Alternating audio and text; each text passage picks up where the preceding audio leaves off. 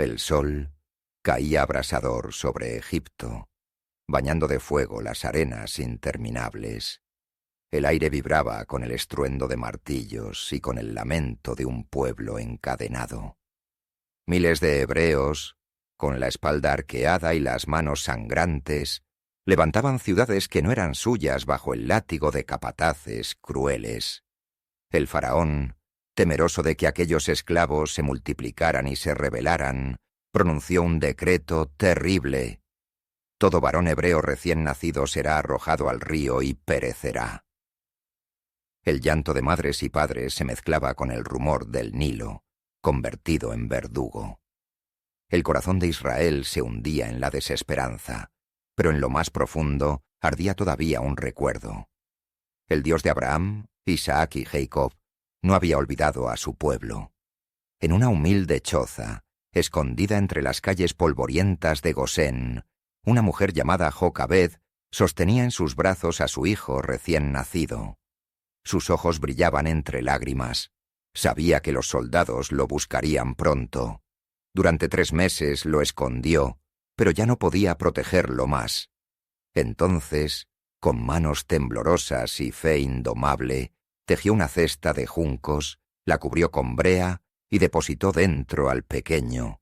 Al colocarlo sobre el Nilo, el corazón de la madre se rompió. El río, testigo de tantas muertes, se convertía ahora en la última esperanza. La corriente arrastró suavemente la cesta. La hermana mayor del niño, María, lo seguía de cerca, caminando entre las cañas, con los labios murmurando plegarias.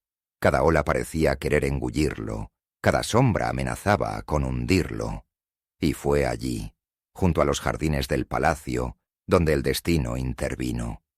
La hija del faraón descendió a bañarse, rodeada de doncellas, cuando sus ojos se fijaron en aquella pequeña cesta flotando. «Traedla», ordenó. Las doncellas obedecieron, y al abrirla, el llanto del niño rompió el aire como un trueno en pleno desierto. La princesa lo tomó en brazos, y la dureza de Egipto se quebró un instante en su corazón. «Es un hijo de los hebreos», susurró. Luego, con firmeza inesperada, añadió: «Pero no morirá. Será mío. Lo llamaré Moisés, porque de las aguas lo he sacado». Aquel niño, destinado a morir, había entrado en la casa del faraón. No lo sabía aún, pero su vida estaba marcada para desafiar imperios y abrir caminos donde no los había. El niño que flotó sobre las aguas creció entre columnas de mármol y jardines exuberantes. Moisés fue educado como un príncipe egipcio. Aprendió la escritura jeroglífica, la ciencia de los sacerdotes, el arte de la guerra y la disciplina de los reyes. Vestía lino fino, calzaba sandalias bordadas en oro y recorría los corredores del palacio bajo la mirada orgullosa de la hija del faraón, que lo había adoptado como suyo. Pero aunque su cuerpo habitaba el lujo, su corazón no olvidaba los rostros cansados que veía en las calles. Los hebreos, su pueblo, doblando la espalda bajo el peso de la esclavitud. A menudo, mientras comía en banquetes suntuosos, recordaba el llanto de aquel río donde su vida había comenzado. La grandeza de Egipto no lograba acallar una voz interior que le decía: «No eres uno de ellos. Tu destino es otro». Con los años, Moisés se volvió un hombre fuerte, instruido y respetado en la corte. Los sacerdotes lo veían como un futuro líder, los soldados lo seguían con admiración, y sin embargo, había en él una inquietud que no lo dejaba dormir. Un día, recorriendo las obras de construcción, presenció una escena que cambió su vida para siempre. Un capataz egipcio golpeaba sin piedad a un esclavo hebreo, como si su vida no valiera nada. La ira brotó en Moisés como fuego contenido durante años. Se lanzó sobre el capataz. El combate fue breve y brutal. Cuando la arena se asentó, el egipcio yacía muerto. Moisés miró alrededor, temblando. No había testigos, pensó. Pero la arena nunca guarda secretos para siempre. Al día siguiente intentó separar a dos hebreos que discutían. Uno de ellos lo miró con desprecio. ¿Quién te ha puesto por juez sobre nosotros? ¿Acaso piensas matarme como al egipcio? La sangre de Moisés se heló. Su crimen era conocido. Cuando llegó a oídos del faraón, la sentencia fue inmediata. Muerte. Moisés huyó. Abandonó los muros dorados, los jardines y la gloria de Egipto. Corrió hacia el desierto, hacia lo desconocido, con el corazón hecho pedazos y el peso de un destino que aún no entendía. El desierto se extendía como un mar infinito de arena y silencio. Moisés caminaba sin rumbo, con los pies agrietados y la garganta reseca. Había pasado de los banquetes del palacio a sobrevivir con lo poco que encontraba bajo el sol implacable. Cada paso era una mezcla de dolor y arrepentimiento. Pero no todo en el desierto era soledad. Al llegar a la tierra de Madián, junto a un pozo, encontró a unas jóvenes acosadas por pastores violentos. Moisés, agotado pero aún fuerte, se interpuso. Con valentía enfrentó a los hombres y defendió a las muchachas, ahuyentando a los abusadores. Aquel acto de justicia lo cambió todo. Las jóvenes eran hijas de Jetro, sacerdote de Madián. Lo llevaron a su padre, quien lo recibió con gratitud y lo acogió en su casa. Allí, Moisés halló refugio, descanso y una nueva vida. Con el tiempo, se casó con Séfora, una de las hijas de Jetro, y formó una familia. La vida de príncipe había quedado atrás. Ahora, Moisés era un pastor que conducía rebaños entre colinas y oasis. Los años pasaban lentamente. Día tras día, bajo el cielo estrellado, Moisés miraba el horizonte y recordaba a Egipto, recordaba a su pueblo, y se preguntaba si el Dios de sus padres aún escuchaba los clamores de los esclavos. Sin embargo, aunque Moisés creía haber encontrado paz en su exilio, el destino todavía lo esperaba. Y un día, mientras conducía el rebaño hacia las laderas del monte Horeb, el cielo decidió hablar. Delante de sus ojos apareció algo imposible. Una zarza ardía en llamas, pero no se consumía. Moisés, asombrado, se acercó para mirar de cerca.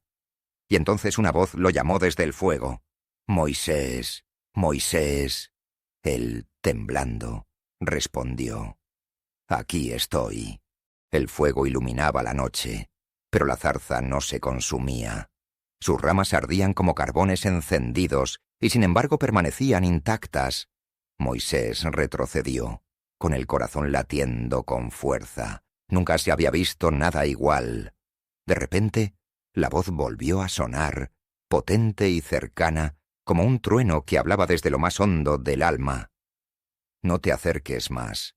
Quita las sandalias de tus pies, porque el lugar en que estás es tierra santa». Temblando, Moisés se inclinó hasta el suelo, cubriéndose el rostro. Sabía que estaba frente a lo divino. «Yo soy el Dios de tu padre, el Dios de Abraham, de Isaac y de Jacob». El aire vibraba con aquellas palabras. Moisés cerró los ojos, incapaz de alzar la mirada. La voz continuó. «He visto la aflicción de mi pueblo en Egipto. He escuchado su clamor bajo el látigo de los opresores. He descendido para liberarlos. Y tú, Moisés, serás mi instrumento. Ve al faraón y dile, deja ir a mi pueblo». Moisés sintió que el suelo se le abría bajo los pies. Él, un fugitivo, un pastor olvidado, enfrentarse al poder del faraón. Con voz quebrada murmuró: «¿Quién soy yo para ir ante el faraón y sacar de Egipto a los hijos de Israel?» El fuego pareció arder más intensamente cuando la voz respondió: «Yo estaré contigo». Moisés buscó más excusas. «¿Y si me preguntan cuál es tu nombre? ¿Qué debo decirles?» Entonces, del fuego surgió la revelación que atravesó la historia. «Yo soy el que soy. Así dirás a los hijos de Israel. Yo soy, me ha enviado a vosotros». El aire se llenó de un silencio sagrado. Moisés sintió temor, pero también una fuerza desconocida recorriendo su interior. Dios le mostró señales, su vara convertida en serpiente, su mano cubierta de lepra y luego sanada, el agua transformada en sangre. Ya no había escapatoria, el cielo mismo lo había elegido. Con pasos vacilantes, Moisés descendió del monte Horeb, sabiendo que su vida nunca volvería a ser la misma. El desierto había forjado a un pastor, pero Egipto vería levantarse a un libertador. El desierto quedó atrás. Con la vara en su mano y la voz de Dios resonando aún en su corazón, Moisés emprendió el camino de regreso a Egipto. Cada paso era una mezcla de miedo y obediencia, de incertidumbre y esperanza. En el trayecto, el destino lo unió nuevamente con su hermano Aarón, quien lo recibió con lágrimas y sorpresa. Allí, en el silencio de la noche, Moisés le contó todo. La zarza ardiente, la voz del Dios eterno, el encargo imposible de liberar a Israel. Aarón, aunque también temeroso, creyó en él, y juntos decidieron enfrentar al faraón. Al llegar a Egipto, el aire parecía más pesado, cargado de opresión y desesperanza. Los hebreos seguían bajo el látigo, sus clamores se elevaban hacia el cielo. Moisés y Aarón reunieron a los ancianos de Israel y les hablaron con firmeza. El Dios de nuestros padres me ha enviado. Él ha escuchado vuestro clamor y os sacará de Egipto con mano poderosa. El pueblo, incrédulo al principio, terminó postrándose, llorando de esperanza. Pero la verdadera batalla no había hecho más que empezar. Con el corazón firme, Moisés y Aarón se presentaron en los salones dorados del palacio. Frente al trono del faraón, cuya mirada era tan fría como el metal, Aarón habló en nombre de su hermano. Así dice el Señor, el Dios de Israel: deja ir a mi pueblo, para que me sirva en el desierto. El silencio en la sala fue abrumador. El faraón observó a Moisés con desprecio, y una sonrisa de burla se dibujó en su rostro. ¿Quién es ese Señor para que yo obedezca su voz y deje ir a Israel? No conozco a vuestro Dios, ni dejaré ir a mi esclavo pueblo. Con un gesto de desdén, ordenó que los guardias los retiraran. Y para castigar la insolencia, aumentó el peso de la esclavitud. Ahora los hebreos debían fabricar los mismos ladrillos, pero sin recibir paja. Los lamentos del pueblo se volvieron quejas contra Moisés. «Nos has traído desgracia», murmuraban. Pero en su interior, Moisés sabía que aquello era solo el comienzo. La guerra entre el poder del faraón y el Dios eterno acababa de encenderse. El aire de Egipto se llenó de tensión. Moisés y Aarón sabían que no bastaban las palabras. El faraón debía ver con sus propios ojos el poder del Dios de Israel. En la sala del trono, rodeados de sacerdotes y hechiceros, Aarón extendió la vara que Dios había puesto en sus manos. Ante todos, la arrojó al suelo, y la vara se transformó en una serpiente viviente que siseaba con furia en medio del mármol. Los hechiceros egipcios, con sonrisas arrogantes, hicieron lo mismo con sus artes. También arrojaron varas que se convirtieron en serpientes. Pero entonces, ante el asombro de todos, la serpiente de Aarón se lanzó sobre las demás y las devoró una a una, dejando claro quién tenía el verdadero poder. El faraón, sin embargo, endureció su corazón. No mostró temor, solo ira. Y el Dios de Israel decidió que la primera herida caería sobre Egipto. Al amanecer, Moisés y Aarón fueron al río Nilo, donde el faraón acostumbraba bañarse. Aarón alzó la vara y golpeó las aguas.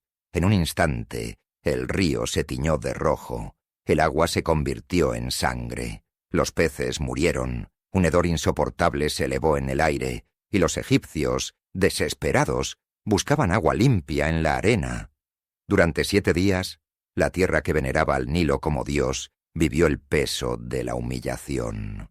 Pero aún así, el faraón se mostró inflexible, endurecido como el mismo granito de sus templos. El pueblo hebreo seguía esperando, sin saber que cada rechazo del faraón no era una derrota, sino la preparación de un espectáculo mayor, la confrontación entre el poder humano más temido y el Dios que no conoce límites. El eco de la primera plaga aún resonaba, pero las tinieblas apenas comenzaban a desplegarse sobre Egipto. El Nilo aún apestaba a muerte cuando Moisés y Aarón volvieron ante el faraón. Sus palabras eran firmes como martillos. «Así dice el Señor, deja ir a mi pueblo». El faraón, con su rostro endurecido, respondió con silencio y desprecio. Entonces Dios desató la segunda plaga. Aarón extendió su vara sobre los ríos y lagunas, y una invasión de ranas brotó de las aguas. Cubrieron los palacios, saltaron sobre los tronos, invadieron las camas y las cocinas. No había rincón de Egipto libre de sus saltos y su croar ensordecedor. El pueblo clamaba, y el faraón, desesperado, llamó a Moisés. «Ruega a tu Dios que quite las ranas, y dejaré ir a tu pueblo». Moisés oró, y las ranas murieron. Pero al ver alivio, el faraón volvió a endurecer su corazón. Entonces vino la tercera plaga. El polvo de la tierra se convirtió en mosquitos que atormentaban hombres y bestias. Ni sacerdotes ni soldados podían soportarlo. Los magos egipcios intentaron imitar el prodigio, pero fracasaron. Y temblando, dijeron al faraón: «Esto es el dedo de Dios». Pero aún así, él se negó. Las plagas continuaron como golpes de martillo sobre el orgullo de Egipto. Moscas que oscurecían el aire, peste sobre el ganado, úlceras que quemaban la piel de ricos y pobres por igual. Cada dios egipcio caía humillado. El dios toro, el dios sol, el dios río. Y entonces llegó la plaga del granizo, un fuego mezclado con hielo que descendió del cielo, destrozando campos, árboles y hombres. Los cielos rugían con relámpagos como si la ira divina rasgara los cielos mismos. Por primera vez, el faraón titubeó, temblando ante Moisés. «He pecado. Ruega a tu Dios, y os dejaré ir». Moisés oró, y el granizo cesó. Pero como el hierro que vuelve al frío tras el fuego, el corazón del faraón se endureció otra vez. El pueblo de Israel miraba con esperanza creciente, pero sabían que aún no llegaba el golpe final. Egipto estaba de rodillas, pero aún se resistía. Los campos egipcios apenas se recuperaban del granizo cuando Moisés levantó nuevamente su vara. Esta vez, el viento del oriente sopló con furia durante todo un día y una noche. Al amanecer, el horizonte se oscureció. Nubes de langostas cubrían el cielo como una tormenta viviente. Las criaturas descendieron sobre los campos y devoraron lo poco que había quedado en pie. Ni un tallo verde, ni una hoja, ni un grano sobrevivió. Los egipcios lloraban al ver la ruina de sus cosechas y el faraón, derrotado por la desesperación, llamó a Moisés y a Aarón. «He pecado contra vuestro Dios y contra vosotros. Perdonadme y rogad que esta plaga se aleje». Moisés oró, y un viento del occidente barrió las langostas hacia el mar Rojo. Pero cuando todo parecía calmarse, el faraón una vez más cerró su corazón. Entonces, el cielo mismo cambió. Moisés extendió su mano, y tinieblas espesas cubrieron Egipto durante 3 días.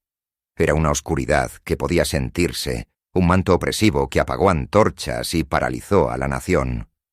Nadie se movía, nadie veía al otro. Solo en las casas de los hebreos había luz. El faraón, asustado, gritó desde su trono invisible en la penumbra: «Id, servid a vuestro Dios, pero dejad aquí vuestros rebaños». Moisés respondió con firmeza: «Ni una pezuña quedará atrás, porque con nuestros ganados serviremos al Señor».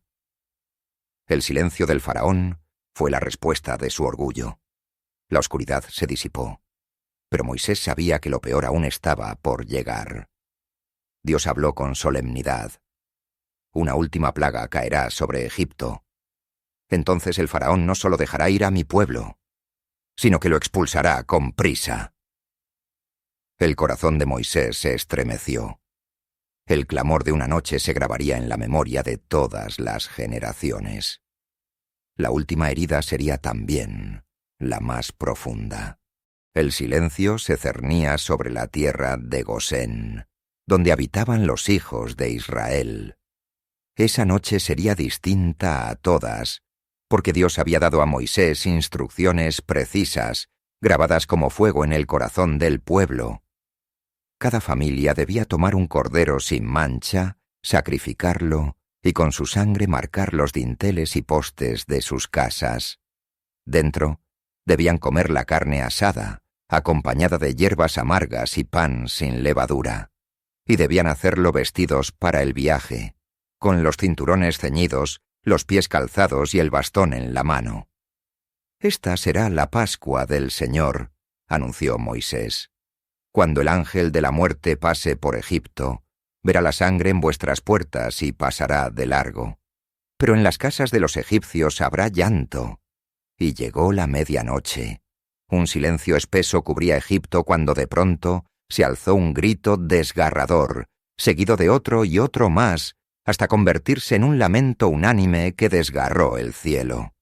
El ángel del Señor había pasado, y en cada hogar egipcio yacía muerto el primogénito, desde el hijo del faraón heredero del trono, hasta el primer hijo del más humilde siervo, incluso las crías de los animales. Nunca antes Egipto había llorado así. La tierra entera se sacudía con el eco de su dolor.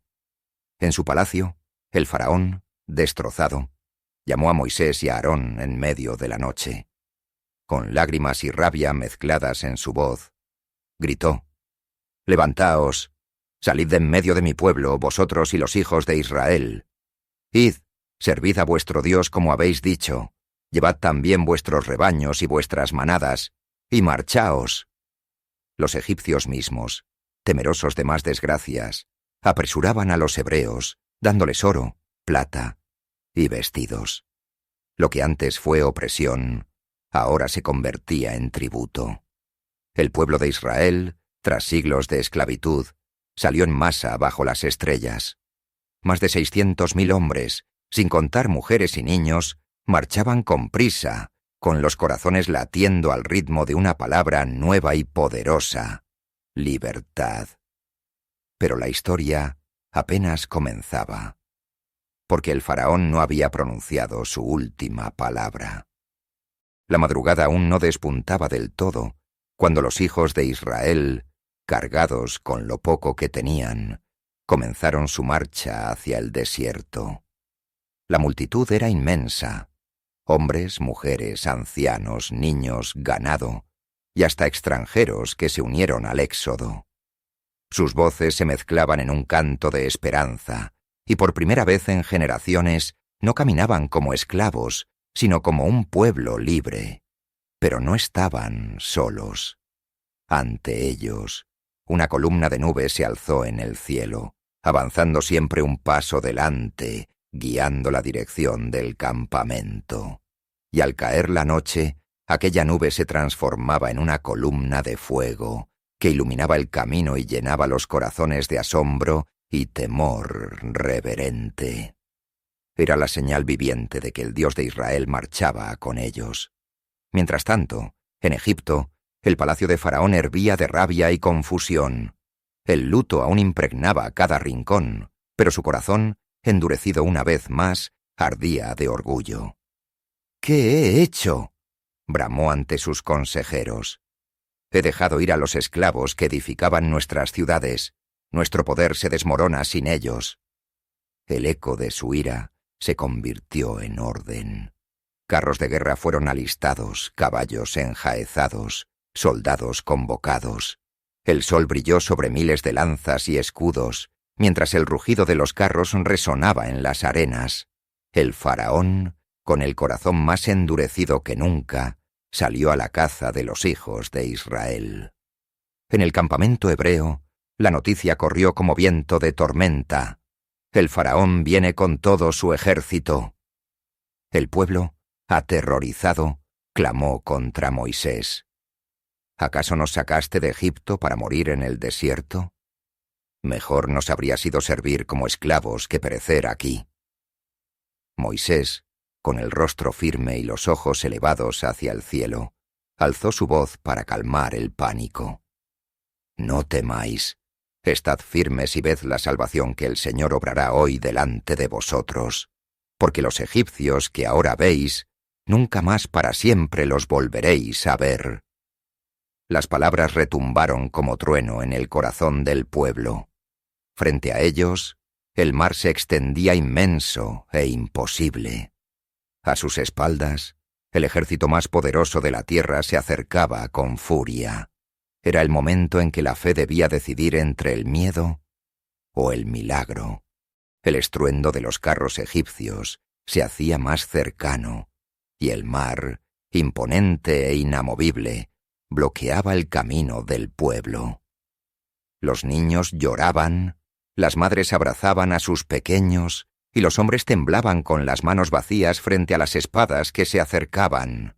Entonces, la columna de nube que guiaba a Israel se desplazó y se colocó detrás del campamento, interponiéndose entre los hebreos y el ejército de Egipto. Del lado de los israelitas, brillaba con la luz de fuego, iluminando la noche. Pero del lado de los egipcios, se volvía sombra espesa, confundiéndolos y retrasando su avance. Moisés, firme sobre la orilla del mar, levantó su vara con manos temblorosas pero llenas de fe.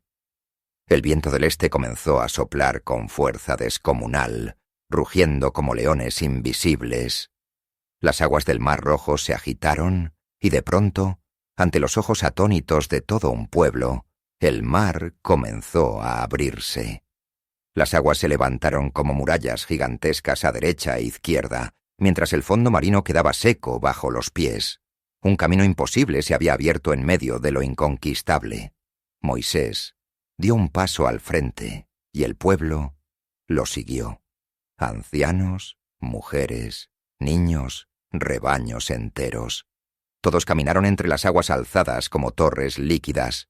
El rugido del mar era constante, como si las aguas mismas contuvieran su furia esperando la orden de soltarse. Detrás, el faraón, enceguecido por la arrogancia, ordenó a sus carros lanzarse al mismo camino. El ejército egipcio descendió tras ellos, lanzas en mano, mientras los cascos de los caballos resonaban en el lecho marino. El pueblo de Israel, aún en medio del paso, veía las antorchas de los egipcios aproximándose.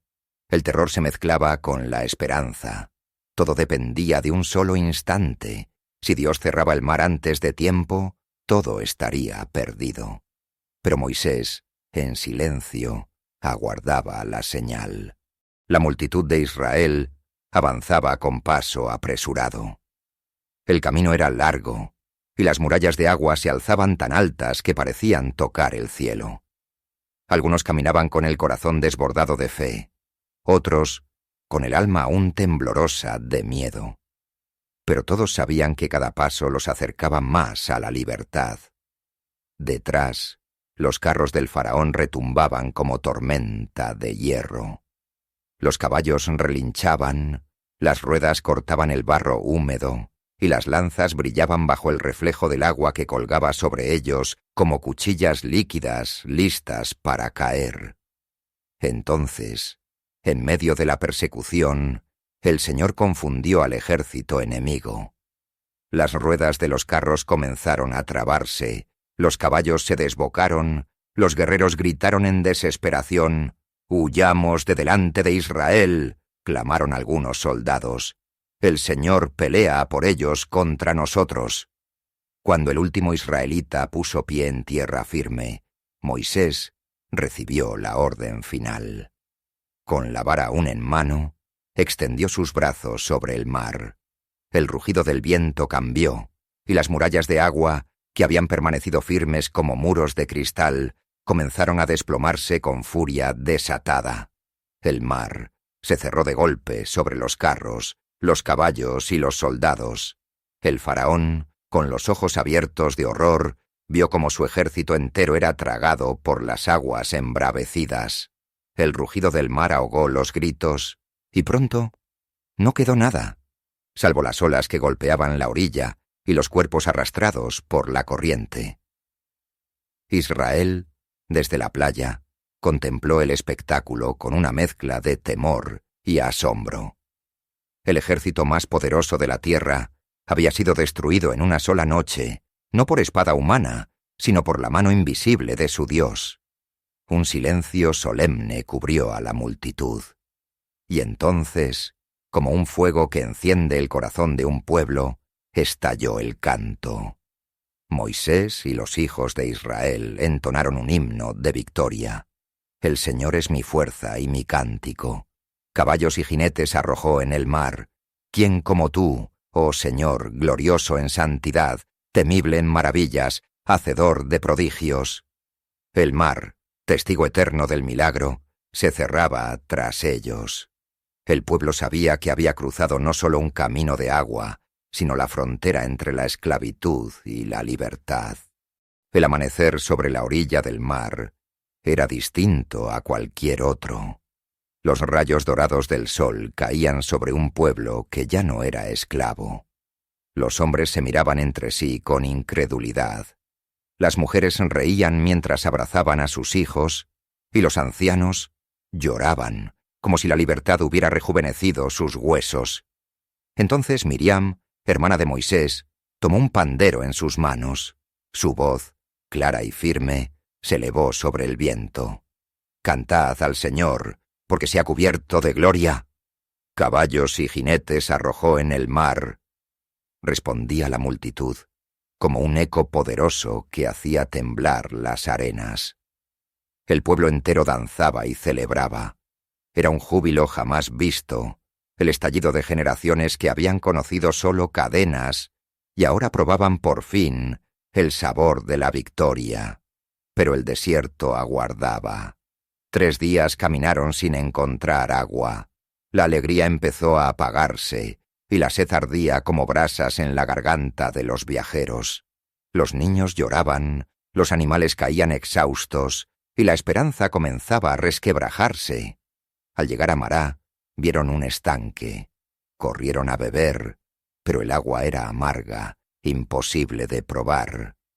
La frustración estalló como tormenta. ¿De qué nos sirve la libertad si moriremos de sed en el desierto?, clamaba la gente contra Moisés. Moisés, cansado pero firme, clamó al Señor, y Dios le mostró un pedazo de madera. Al arrojarlo en el agua, el estanque se volvió dulce y cristalino, y el pueblo bebió hasta saciarse. Más adelante llegaron a Elim, donde 12 manantiales y 70 palmeras ofrecieron descanso y sombra. Allí, el pueblo recuperó fuerzas, pero también aprendió algo vital. La libertad traía consigo pruebas, y solo la confianza en Dios podría sostenerlos en la travesía. El desierto apenas comenzaba a revelar sus desafíos. El sol del desierto caía implacable sobre las cabezas del pueblo. Tras semanas de marcha, las provisiones que habían traído de Egipto se agotaban. El hambre, silenciosa al principio, se transformó en murmullo y luego en gritos de desesperación. «¿Por qué nos sacaste de Egipto, Moisés?», acusaban algunos. «Allá teníamos ollas llenas de carne y pan en abundancia. ¿Acaso nos has traído aquí para morir de hambre en el desierto?». Las palabras eran duras como piedras lanzadas contra Moisés. El líder, desgastado pero firme, volvió a clamar al Señor, y Dios respondió con promesa: «He aquí que haré llover pan del cielo para vosotros. Saldrá el pueblo cada día y recogerá lo necesario para ese día. Así aprenderán a confiar en mí». Esa misma tarde, una bandada de codornices descendió sobre el campamento, cubriendo la tierra.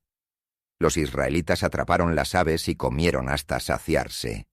Y al amanecer, cuando el rocío se evaporó, vieron sobre la arena algo fino, blanco y delicado, como escarcha.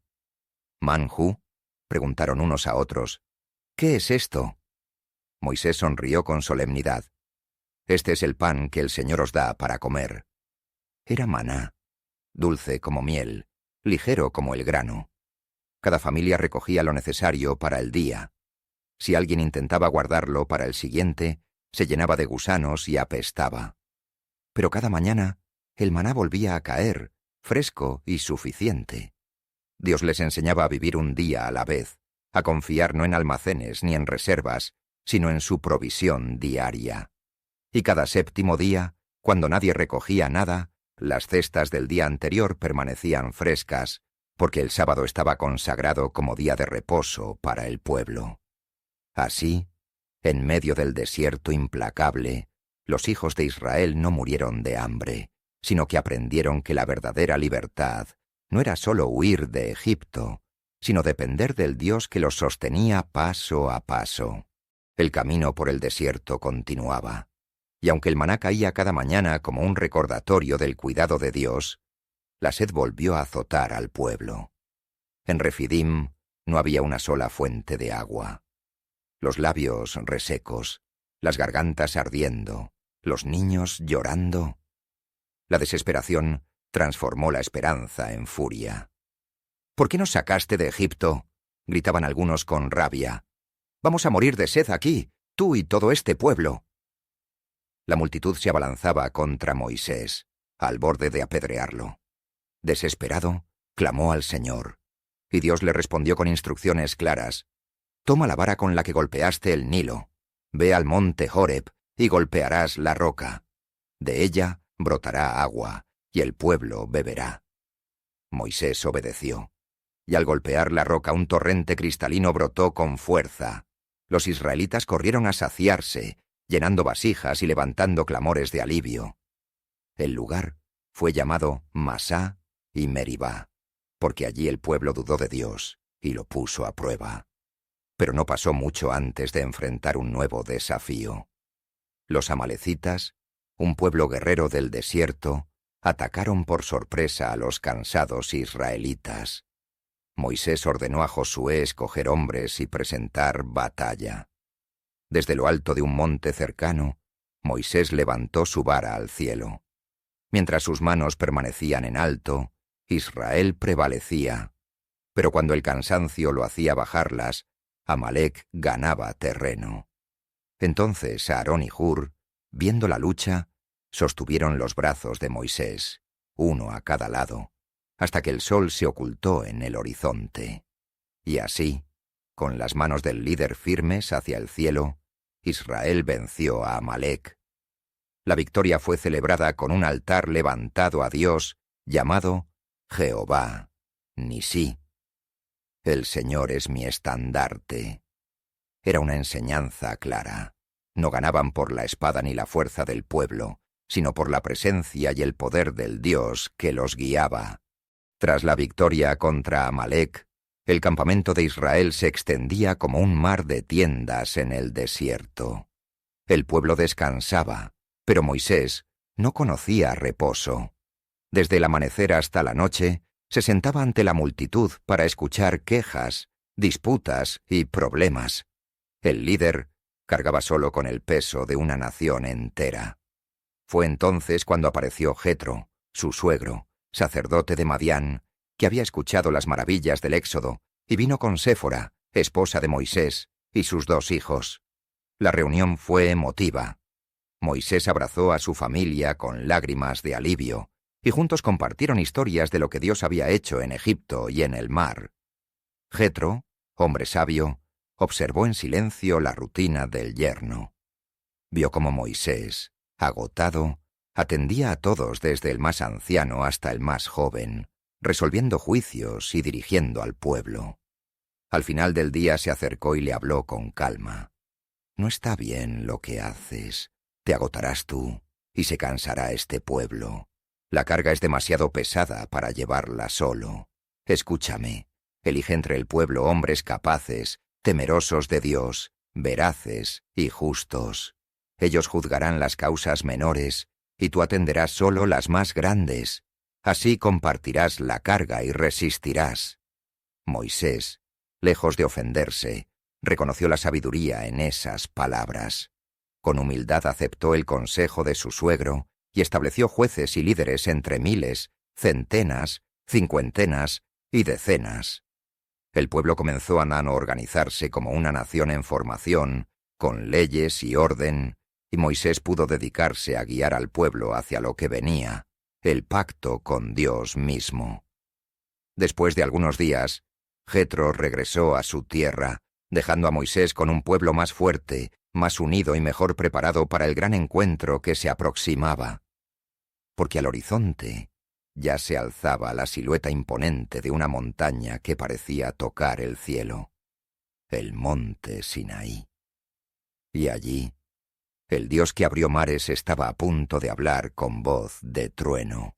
El pueblo avanzó hasta llegar a los pies del monte Sinaí, una montaña solitaria que se alzaba majestuosa en medio del desierto, con cumbres afiladas que parecían rasgar el cielo. Moisés anunció al pueblo: «El Señor quiere hacer de vosotros un pueblo santo, un reino de sacerdotes. Si escucháis su voz y guardáis su pacto, seréis su tesoro especial entre todas las naciones». Los israelitas con una sola voz respondieron: «Todo lo que el Señor ha dicho, lo haremos». 3 días de preparación fueron ordenados. Nadie debía tocar el monte bajo pena de muerte. Hombres y mujeres se purificaron, las ropas fueron lavadas, y un aire de expectativa vibraba en el campamento. Entonces, al tercer día, el Sinaí tembló. Truenos desgarraron el cielo, relámpagos iluminaron la montaña, y una nube espesa descendió sobre la cima como un manto oscuro y ardiente. El sonido de una trompeta resonó en el aire, al principio lejano, luego cada vez más fuerte, hasta estremecer los huesos de todo ser viviente. El pueblo se estremeció de terror. Moisés los guió hasta el pie del monte, y allí el Sinaí entero se cubrió de fuego. Humo se elevaba como de un horno, la tierra temblaba bajo sus pies, y el estruendo era tan grande que muchos cayeron rostro en tierra. Y en medio de ese espectáculo, Dios habló. Con voz que resonaba como trueno sobre las aguas, el Altísimo pronunció los 10 mandamientos. «Yo soy el Señor tu Dios, que te saqué de la tierra de Egipto, de casa de esclavitud. No tendrás dioses ajenos delante de mí». Cada palabra era como martillo sobre roca, como fuego que marcaba el alma de una nación. Nadie podía permanecer indiferente. Los corazones ardían de temor y reverencia, porque ya no era un Dios distante, era un Dios que hablaba con su voz poderosa en medio del fuego. El pueblo, aterrorizado, clamó a Moisés: «Habla tú con nosotros, y escucharemos, pero que Dios no nos hable directamente, porque moriremos». Moisés los tranquilizó, aunque él mismo temblaba. «No temáis. Dios ha venido para probaros, para que su temor esté delante de vosotros y no pequéis». El monte ardía como una antorcha en la noche, y el pacto había comenzado. El monte aún humeaba como un volcán vivo, cuando Dios llamó a Moisés a subir solo a la cumbre. Con paso firme, el profeta ascendió entre nubes y fuego, perdiéndose en la espesura ardiente mientras el pueblo lo veía alejarse como una sombra contra el resplandor. En la cima, Moisés fue recibido por la gloria de Dios. Allí permaneció 40 días y 40 noches, rodeado de un resplandor que ningún ojo humano podía soportar. El Señor le entregó instrucciones detalladas para levantar un tabernáculo donde habitaría en medio de su pueblo, y finalmente, con su propio dedo, grabó en piedra las tablas de la ley. Pero abajo, en el campamento, los días se volvían largos. La gente murmuraba: «Este Moisés, el hombre que nos sacó de Egipto, no sabemos qué le haya pasado. ¿Y ahora quién nos guiará?». La impaciencia dio paso al miedo, y el miedo a la necedad. Se acercaron a Aarón, hermano de Moisés, y le exigieron: Haznos un Dios que vaya delante de nosotros. Aarón, presionado, cedió.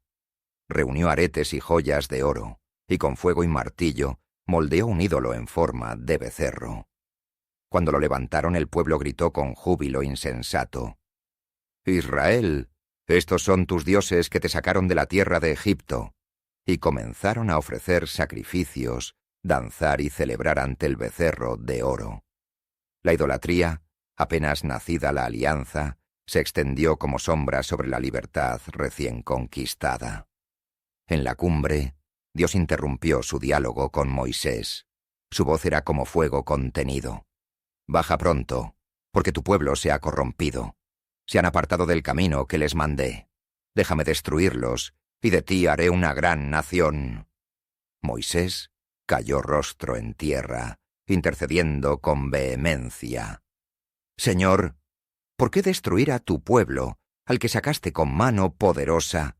Si los destruyes, los egipcios dirán que los sacaste para matarlos en el desierto. Acuérdate de tu pacto con Abraham, Isaac e Israel». La súplica del profeta detuvo la ira divina.